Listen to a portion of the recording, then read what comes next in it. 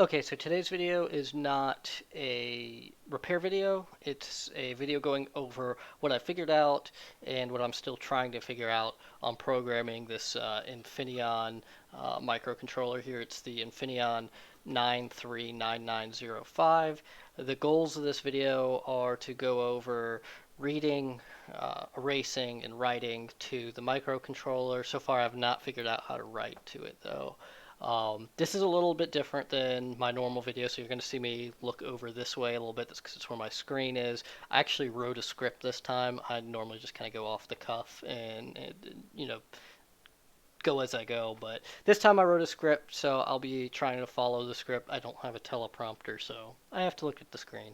So just bear with me on that. But before we get started, let me explain the point of this video. I'm going to cover everything that I figured out and link all the relevant documents I've used. You'll find those down in the description of the video. But I've figured out how to read and erase, as I've already mentioned, the microcontroller. I haven't figured out how to program it.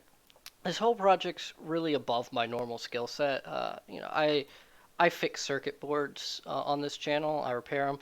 I have figured out how to do the same repair to the 2007 to 2014, where you just use JTAG to get on there. This is a little different. It's really above my skill set here. Uh, but I'm not afraid to try new things and learn from it. I want this whole project to be free and able to be recreated by anyone else in our community that repairs instrument clusters or just wants to do this kind of stuff for a hobby.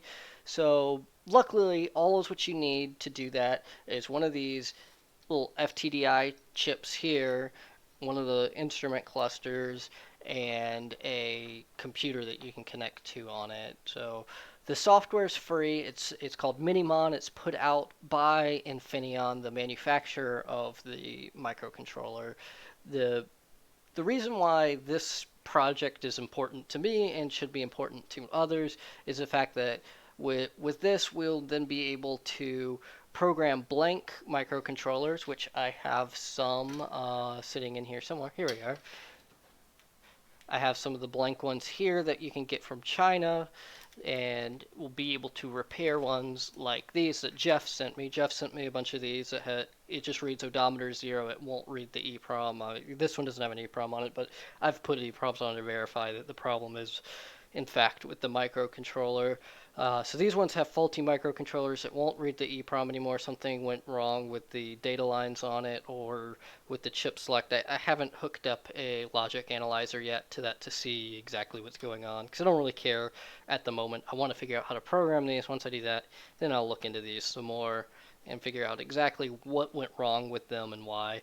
But yeah, so this will enable repairing these. You'll also run into them where people have tried to fix them themselves and they got some ESD damage to the microcontroller and now it needs to be replaced, or you'll run into them where people have tried to reflow it and they've bent a bunch of pins and now you guys need to replace the whole thing again.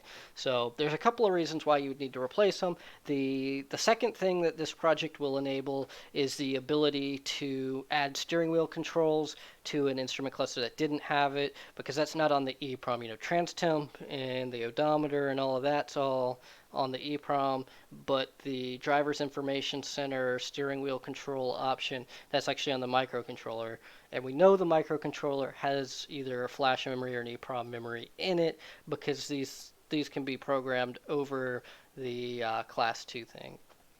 So the third option that this allows, but it's not something I'm interested in doing, and it's a kind of unlikely one, but this would also enable people to write custom operating systems for it, just like you run into with the ECUs, where people make the custom operating systems for them, where they're able to now do turbochargers because they've added a different map readout on there and stuff like that. So it would enable that. People can go in and reverse engineer the operating system and make changes to them. I don't see a real point in doing that unless you wanted to add some other things to display on the screen, or maybe you wanted to make a custom inlay and change what one of the gauges does. I guess that is a possibility with this kind of modification you could do, but I don't know. So that's really kind of the point of the video and what you're going to see here. Um, so next thing with this is, so if you feel like you can't help because this isn't something you really know about, or you've never done anything like this before, maybe you know somebody that does know how to do this kind of stuff. Maybe it's not somebody you personally know. Maybe you know a channel, somebody that writes a blog, something like that. That you know a person that does this. Please share the video. Send this person that you may know an email with it and be like, hey, I saw this project going on. This guy needs some help with it. Because I'm really stuck at this point. I've been able to read it, I've been able to write it, and I've tried every setting I can think of for Minimon. I can't quite get it to program it. So I do need some help with this project, and hopefully either you as a viewer know how to do this kind of thing and can help me do it, or you know somebody that can. And even if you don't know somebody that's completely capable of doing it, maybe you know somebody with a larger platform.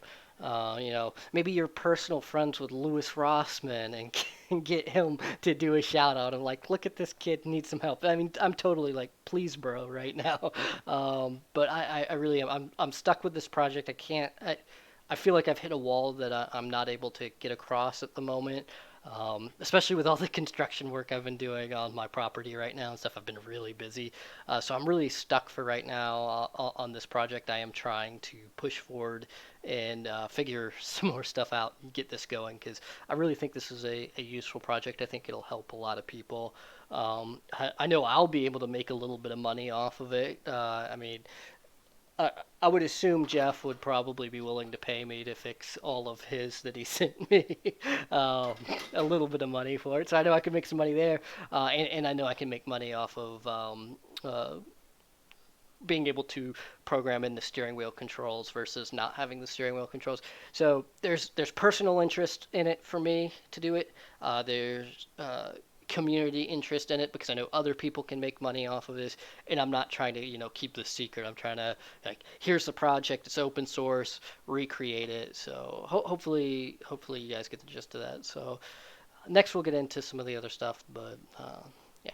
So first, before we really get into this video, let's talk about the Infineon 9399059. From here on out throughout the video, I'm just going to call it the MCU or microcontroller just for brevity's sake. It's a custom order MCU that Delphi or Deli, however you say it, ordered from Infineon. My best guess is that it's actually a C161CS or JI with on-chip flash. And I believe that's the only thing custom order about it is that it has either an on-chip EEPROM or on-chip flash. So nothing else that I've noticed from the datasheet seems to be custom about it. Um, and we know it has that data again, as mentioned before, because it can be programmed over the class 2 serial connection, which is that's J1850 variable pulse width is what class 2 serial is. If you hear me say class 2 serial and you're wondering what that is, if you're not super familiar with GM stuff, that is the J1850 variable pulse width. So it can be programmed over that class 2 connection with a Tech 2. With that knowledge, we know that the program memory itself has to have the instructions to program it in there since it can self-program over that because that protocol is not going to be supported by the microcontroller for programming. The bootstrap loader doesn't support that, so it's not going into bootstrap loader and doing that. It's doing it with it running, so we know the instructions are in there for it. And if you ever watch them program it, you'll notice it doesn't flip down into bootstrap loader for it. And I don't see a way for it to put itself in there. But I really haven't traced all of it because I don't have a schematic to this whole circuit board. I'm doing this off of what I can see and reverse engineer myself. So, like I said, doesn't have the schematic to it. Um, so I got distracted here. Sorry, I was looking at this is one of the ones that sent. It's got a burnt trace there, so possibly that burnt trace has something to do with that damage. But that's not the point, and that's not on the script. Um, So, with knowing that it is in the program memory, if you are capable of reverse engineering a C166 architecture, because that's what these are, they are C166, the next generation, the 2005 and up, that has C166 V2, but this is just C166 on here.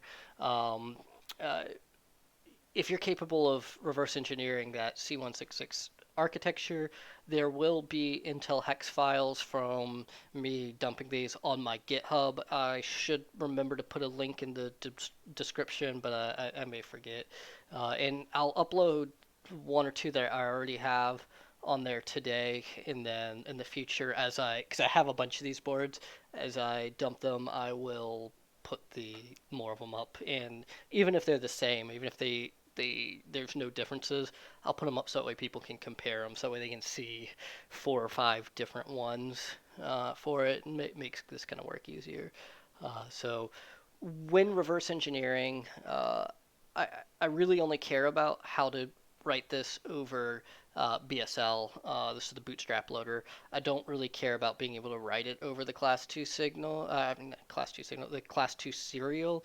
But there are people out there that would be interested in it. And the reason why I'm not interested in programming it over class 2 serial is, first, you can already do that with a Tech 2. So that tool already exists. You just have to pay to use it. That's not a big deal. You're making money, so you should pay to use that tool if that's also what you're trying to do. But that does not work for blank ones. If this is blank, you can't program it over class 2. So, and we know that we can't program it over class 2 with that, because if you, when they're blank, if you erase one of these, you won't be able to do it. I haven't tested it with an erased one, but it's well documented that if you accidentally use the wrong VIN number, if you use like a 2007 VIN number on a 2002, those have two different microcontrollers. You will brick the instrument cluster if you write it over the class 2 with that. So if you go in and program it with like a 2007 VIN on there, because that's how you get when you're using TIS2 Web and a Tech 2. You put in the VIN number and then say you're going to update it, and then it updates it. That's how you do that. So you use the wrong VIN number to add steering wheel controls. You use a VIN number that had steering wheel controls to program one that doesn't. That's how it's done. So if you use the wrong one, if you use one that's not compatible as a non-compatible firmware, you'll brick your entire instrument cluster and you can't use it again. You can't program it again. It's done because it no longer responds to that class 2 signal because it's no longer programmed for it. Sorry, I'm getting off on a tangent again, but I just wanted to explain that. So it is important to know. But you can get blank MCUs from UT source, which I've mentioned them before in other videos. They're just kind of the source from China that I trust on these kind of weird proprietary things.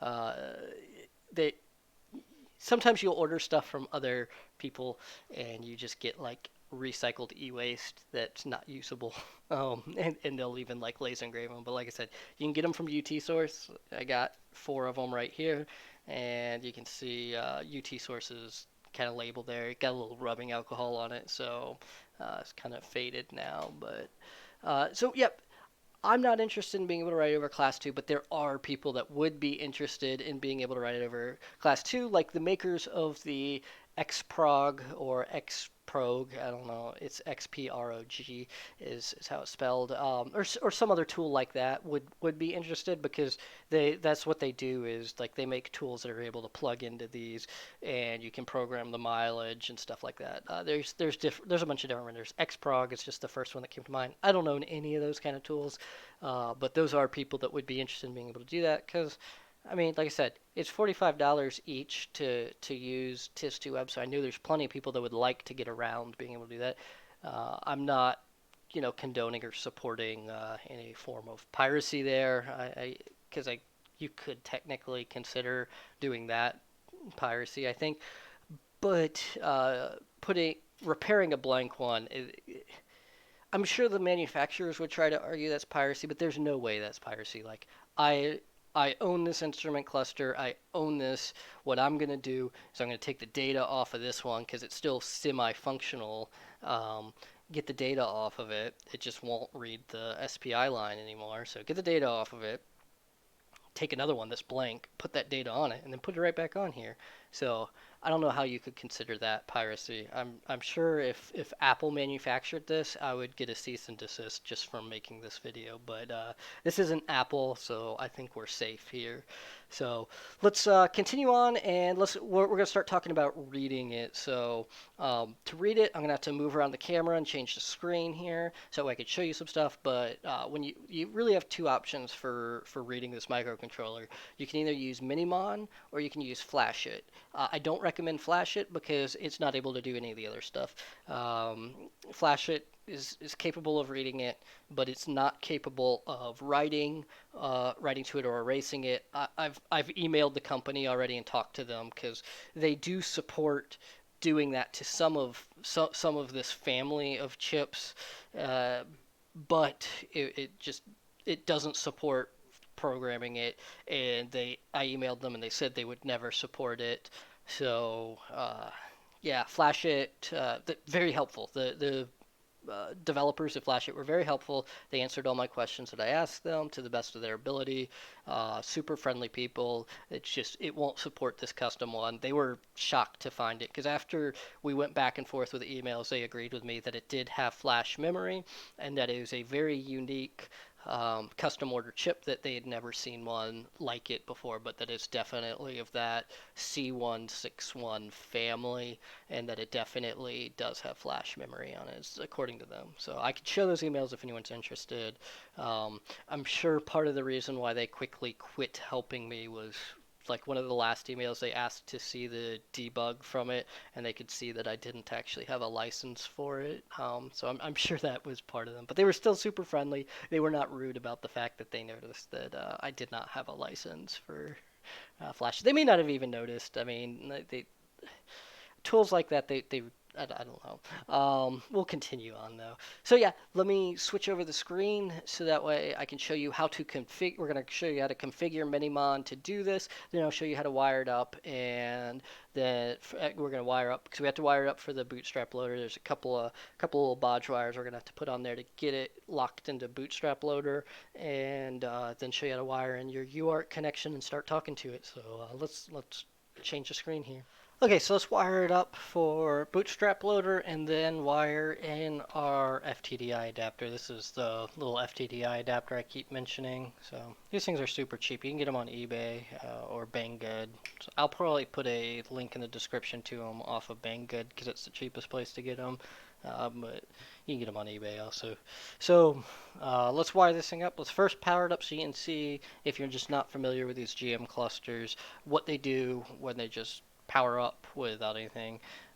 Normally you'd have stepper motors here and some bulbs there, but they're not on here. So boots up, some of the little LEDs come on, the little trouble lights, the battery, low fuel, ABS or brake, yeah, ABS because the brake one's red, and airbag if I remember right. So yeah, these trouble lights come on, and then this one says odometer 0. It's missing the EEPROM, but even with the EEPROM, this one's not reading it, so it's got a faulty microcontroller here. So that's what they do on a regular boot, and it pulls about 1 amp in this setup. That's with these two bulbs and stuff. They pull a little more current when they have all the bulbs and all the stepper motors. But so we're not in Bootstrap Loader right now, pulling 1 amp, and so let's shut it off and solder in Bootstrap Loader, and I'll tell you how much current it pulls from that. So I'm going to zoom you in so you can see what I'm doing.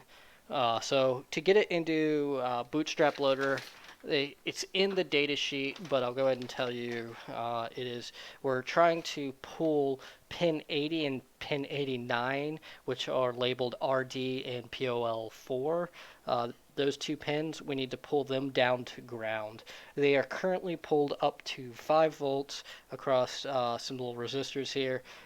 This resistor right here, so you're not looking at my fat finger, let me get this. There you go. So this guy right here is either 80 or 89. I can't remember. So I started doing this project back in January of 2020, so it's been almost a year now. So some of the stuff's not fresh in my mind, but so we're trying to get this pin, this resistor, and this other resistor right here. Both of these pulled down to ground.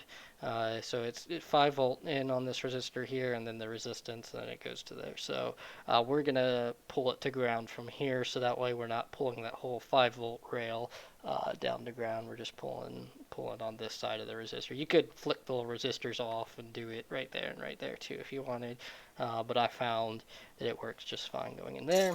So let me get 2 little bodge wires here I can use, and I just go to like some nearby grounds. I'm not super worried about where I'm getting ground from, but let's wire this in. So wait on that to heat up, get a little bit of flux.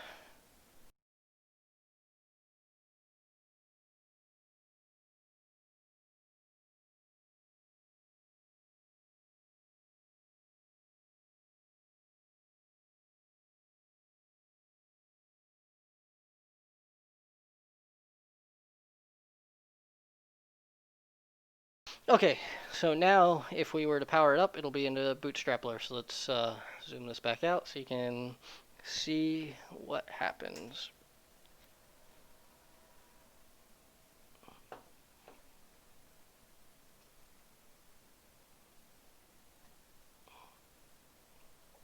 So now it's only pulling half an amp, so 5.8 to be, or 0.58 to be exact. But yeah, screens don't come on anymore. Sometimes you'll get like just a really quick, uh, doesn't quite go to BSL immediately, so you'll get like some junk on the screen here. But just ignore that if that happens. It's still, as long as it just gives you junk and it doesn't say odometer 0 or whatever, doesn't have a readout, it meant it went into BSL, especially if it's not pulling nearly as much current. And it's pulling almost no current if you take the bulbs and stuff off of the board. I like to leave at least 2 bulbs on so that way I can tell if I have a good connection on my connector here, giving it power. But that's just me personally. You can take them off there. So now we have it in Bootstrap Loader. Another important pin to keep in mind is pin 128, which is that last pin on that row right there. That's the reset pin, so that way you don't have to power it down and power it back up every time you need to reset it. You can just tap that to ground real quick and that'll reset it. So sometimes I'll have another loose ground over here that I can use for tapping that, but I haven't been doing that lately. The first couple of times I did this, I did do that because I was having to reset them over and over and over again. But now that I kind of figured out what I'm doing and spending a lot longer in between trying different settings, I haven't been doing that. So just something to keep in mind. Pin 128 to reset in. So next 2 pins we need to hook up are pin 63 and 64 off of the chip here. And let me shut this off. Okay, power off of it again. Alright, so pin 63 and 64 are the last 2 on this row right here. There's just those 2 right there. But we're going to go to their little resistors that they have. So this is one of them, and this is the other one. So we'll hook into those 2 spots right there to get our TX and RX. So let me see here. I got the other one sitting over here to look at.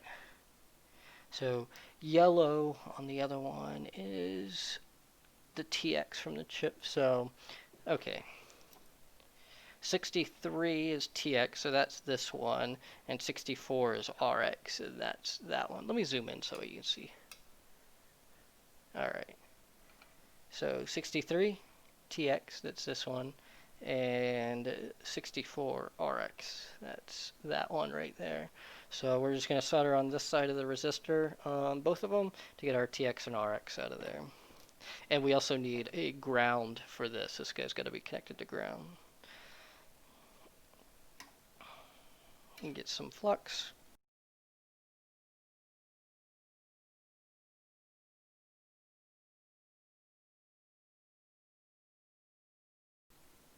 Okay, so now we have all of our pins. Let's plug this guy in.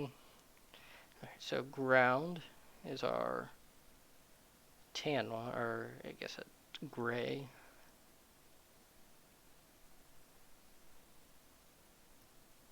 All right. TX was purple, so that's going to go to RX. And TX, or RX to TX. So there we go. Now we are completely wired into it, and we're wired in on there. Let's hook this up to the computer and take a look at it in Minimon, see if we can let's take a look at this in Minimon. But before I go over Minimon with it, I just wanted to show this just in case I forget to drop a link for it. You can find it. This is my thread I started. So I actually started this project in December, slightly before December, because I did it for a couple of days before making a, well, before that date, so a couple of days before my post. So December 19th, 2019 is when I started this project, and I've pretty well documented everything I've tried in here. There was a little bit, like my first attempt on it back in December and January, I was like not paying attention to something, and I was missing my some of the pins when I was doing this. So when you read the datasheet, it seems like you only need to pull down RD uh, or POL4, not both. That's how I was reading it at least. So I was having trouble getting into BSL my first time attempting it, and then once I finally figured it out earlier this month, well, actually no, that's 2 months ago, earlier in August, I finally figured out how to read it.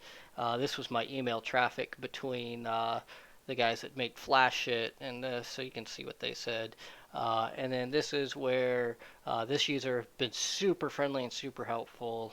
He reverse engineered some of it and thinks that he found, how to erase and how to write it on the microcontroller itself. It doesn't make any sense to me because it's an assembly. I don't know assembly language, so yeah, there's that, and just kind of me failing to get anything done. So any future things I figure out, I will post them in here, just so you can keep track of this forum post of mine.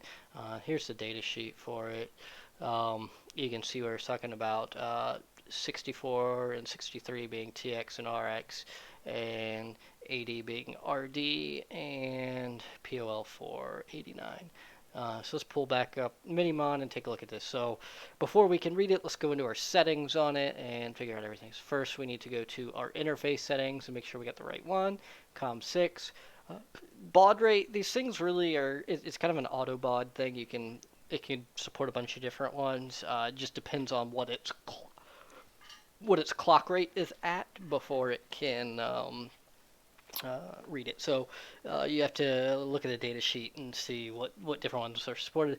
But with its current clock rate, 96 works good for us. So we just use 96 and then select whichever COM port it's on. Settings, we need to then do configuration, which is target configure. I just turn off all of the initialized registers on here. I'm using the C161JI16F, 4.2 megahertz is what I have it set to. That's what I picked up with the, what do you call it, oscilloscope on the oscillator, so I assume it's running at 4.2 megahertz. Maybe 2.2 though, because that's what Flash It tells you what it's running at. It says it's 2.2, but the oscilloscope says it's 4.2, so I went with 4.2. And then the only other thing we got to worry about is program flash. It's internal flash. We need to change the driver to the correct driver, which is this one. By default, it is not that one, so you'll be in the driver folder, and then you'll just find it in there. So C161JBI, and we use this driver, and then that's it. I also removed the activate register from it, and it still doesn't work with or without it. These are just, there's something wrong with the program flash settings, I believe. I think I'm doing something wrong here that's making it not work, but it's hard to say. So something's wrong in the program flash, I believe, to get it to right. I don't know, but we're going to read. So first I have to connect to it. So we go to connect, reset now, which I need to power it up. Powering it up is considered a reset on it, pretty much, as long as you get into BSL. So turn it on. All right, cool. connect. All right, it is now connected to it, and we can see that. And let's change our selection. So edit, clear all selection, add selection. We want 000 through, I want 7FFF, I believe. Let me look at my notes. Yes, 7FFF. This is broken down into a couple of different sectors, but this sector right here is the first one. So we're going to upload from the target, and we are now reading it. So I'll fast forward from here. Okay, so we finished the first kind of sector that we care about. Now let's clear all selection, add selection. I want 01800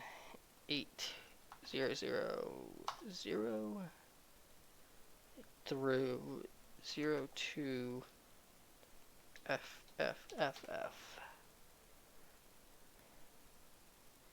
1, 2, 3. 1, 2, 3. Yep, okay, sorry, I had to make sure I wrote it out right.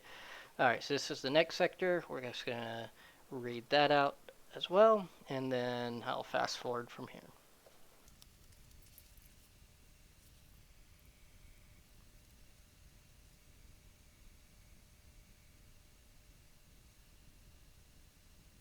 Okay, and now we have read all of the flash memory. So I believe I got these sectors right in here of everything that's actually useful flash memory. It adds up to 128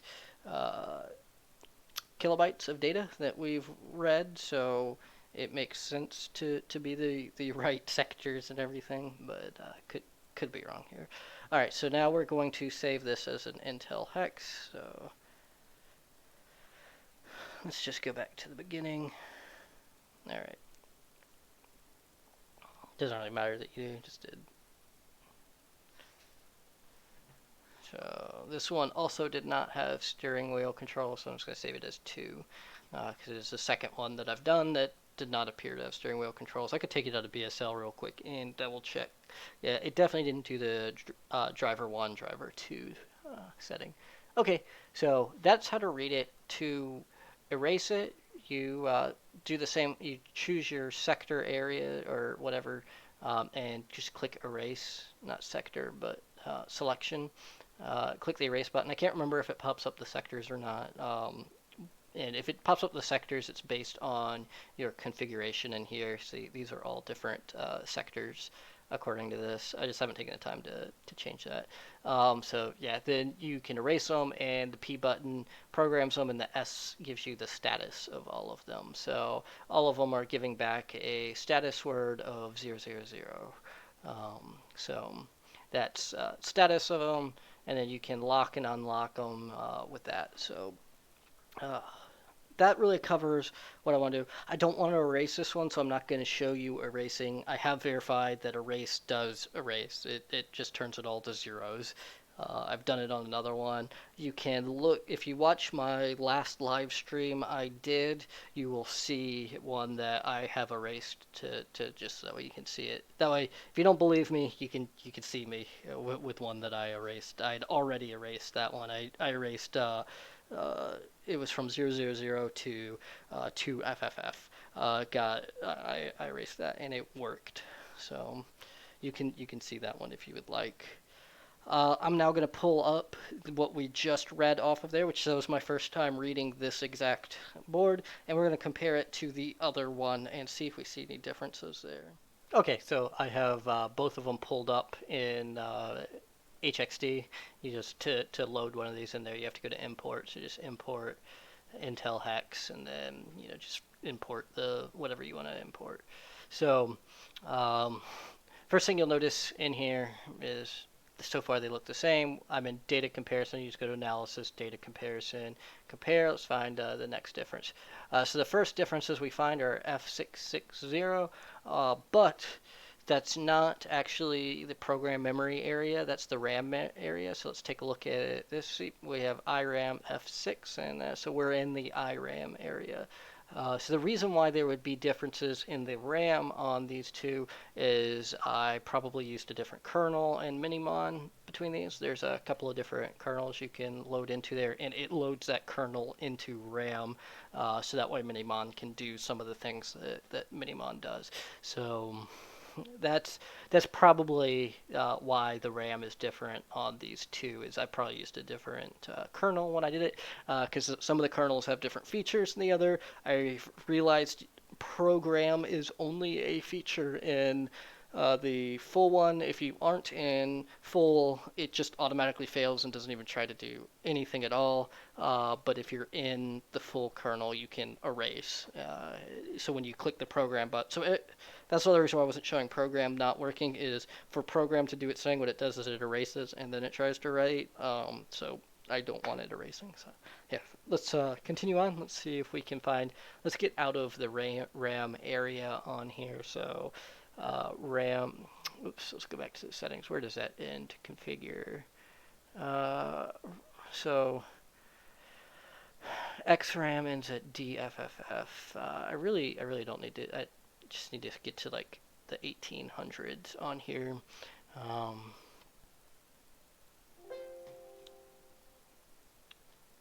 Okay, so there's zero differences in the flash on these two. So these two did have no steering wheel controls and didn't. There was just absolutely zero difference. We have two completely different circuit boards that had the same read, consistent reads. Only difference we had was in RAM, which was just because of the different kernel we were using. So shouldn't give us any problems. And we can confirm that we are able to replicate reading them and getting the same data off of two different ones that should have the same data. Both of these were non-steering wheel control instrument clusters from the same year, so weren't expecting any difference, and so that's what I was expecting to see. I could read one that has steering wheel controls here in another video and show you that there's some differences. I've actually done that before.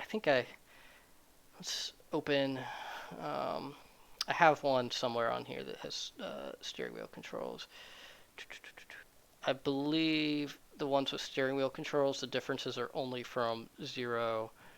So let's do a data comparison. Steering wheel controls with, the most recent one. We're just going to compare the two. And this is where we start getting some differences. It's from here, and then it doesn't have any more until we get to RAM. So let's go to the next comparison.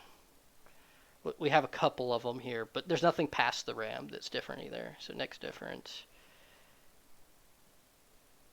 There's a key for it. What was the key? Shift, or no, just F6. All right. Okay, so hopefully you guys like the video so far. I know it's been nearly 30 minutes at this point because I've been editing as I made it this time, because I don't know, I find reading the script, which I need to pull back up, there you go, quite painful. I don't like doing it. I like just talking. But yeah, this has become a 30-minute video. I'm gonna wrap it up here. There's more I could show. I could show erasing, but I'd rather do it on a different circuit board, because this one's got a microcontroller that still somewhat works. I have one that I already erased part of it. I could do it again to that, but it just works. You click erase, it works. So cool. Not much to show there. I mean, I could get the logic analyzer out and start capture some of the stuff going on there if anybody's interested. I'm going to put my email address here on the screen somewhere, so it should be there. Feel free to email me with any of your thoughts you have on programming this. Really, just any thought would be helpful. It'll get the wheels kind of turning, even if whatever idea you may think is stupid. Like I said, I'm not an expert on doing this, of programming these kind of things. There's not a ton of data out on programming this thing because it's old. But be sure to check the description. I'll have the link to my GitHub, to the in the GitHub set where you can download the bin or the hex files. I'll link to both the data sheets for it. for the microcontroller, and the user guide to Minimon. I think somebody's going to end up having to write a custom script for Minimon to get this to work, and I don't know how to do that. It doesn't make sense to me. I was looking at it, it doesn't make sense. So maybe somebody that understands assembly language and that kind of stuff could help out here. I really could use some help here. And I'm not asking for the help for free, but it's pretty much for free. I set aside $75 to like pay anybody that like seriously helps. Like if somebody comes up with the solution, I'm more than happy to pay you that $75. And if somebody wants to throw some money into the pot, great. I can add it to that pot of money to pay. Basically, I'm putting a hit out on programming this, but it's not very big. It's next to nothing, and I know that. I'm not trying to insult anyone. That I understand it'll take hours of your time, and I value your time, and I'm happy to pay you what I can afford to. I'm not rich. I may talk shit and act like I'm rich, but I'm not. So that's kind of in the budget right now of that, and maybe the budget will go up as time goes by. But please don't drag your feet hoping that pot of money gets bigger, because I also may just give up on the project and get bored and move on to the next thing, because I do that sometimes. I just get bored. I mean, I got bored of this project back in January and put it off until now. So, because I worked on it from December to mid-January, got bored, didn't pick it up again until August. So, like, there was just almost little to no work at all in between there. Just like, I don't know what's going on here. I'm going to take a break. And that's what I did. Just took a break, came back to it, and was able. Because before I couldn't even read it. Now I can read it. So sometimes taking a break works, which is kind of where I'm at. Is I'm about ready to just take a break from this if nobody comes up with something to help. Not like saying like, oh my God, you owe me for this hard work. Not at all. That's not what I'm saying. I'm just saying I get bored of a project. I don't make any progress. You start beating your head against a wall. It's like, okay, I gotta take a break before I spend more time. This is as Eli the computer guy and Lewis Rossman would talk about. This is totally a rabbit hole to hell that I shouldn't be continuing on. I've spent way more time than I'll ever recuperate the money of, but it's just really interesting, and I'm learning a ton. I've learned a lot from doing this, so it's been amazing doing this. I think if you ever have an idea of something to do like this, you should continue. But let me get back to the script. That way we can end this video. We're already like 35 minutes by now, I'm sure. So to end the video, I want to mention that it could be wrong that there's flash memory. It could just be a little EEPROM area. I think if I were to find a Trailblazer one, 'cause some of the Trailblazers have the same EEPROM. I don't have any of them right now, but if I were to find one here in the future, I will dump the data off of it so we can compare, because a Trailblazer should be significantly different, because that circuit board is very significantly different. It's laid out quite differently. It uses a lot of different ICs for different things, so it should have a significant chunk of that memory being different. So I'll need to try that out. So yeah, it is possible that it is an internal EEPROM, and that's what I'm doing wrong. I just haven't had a chance to really get in and try there. I don't think that's the case though, because I can use the flash settings and erase that section of the flash, that large section, which was what I've successfully erased in one before was from 000 to 2FFF. Just did an erase on that, and it erased it. So. And we know that there's that significant chunk to the Trailblazers. So, yeah, please again share this video with anybody that you think might be able to solve this puzzle. It's really been a tricky one for me. I've kind of hit that wall where there's just at the moment I can't think of anything else that could get this done. I know it can be done. It has to be able to be done. This is not an impossible task. I've hit that wall of my knowledge doesn't, my understanding of the microcontroller and how it works doesn't allow me to go any further. I'll have to learn a significantly larger chunk of like assembly language or something to write a custom script to get it to work. It seems like that's what it seems like to me. But maybe somebody that has used Minimon before, I've never used it before, or maybe some of you will look at that user manual and just see that I'm doing something completely wrong in there that I just overlooked. So it'll all be in there. Please share the video. I hope you enjoyed the video. I know it was a long one. And God, if you've made it this far, if you are still watching the video at this point, you're interested in getting this done. So share the video. If you've watched this far, you care about this getting done. So there's nobody that's going to waste like almost 40 minutes of their life that's not interested in this. But yeah, hey, I'm glad you watched the video, and I'll see you guys in the next one.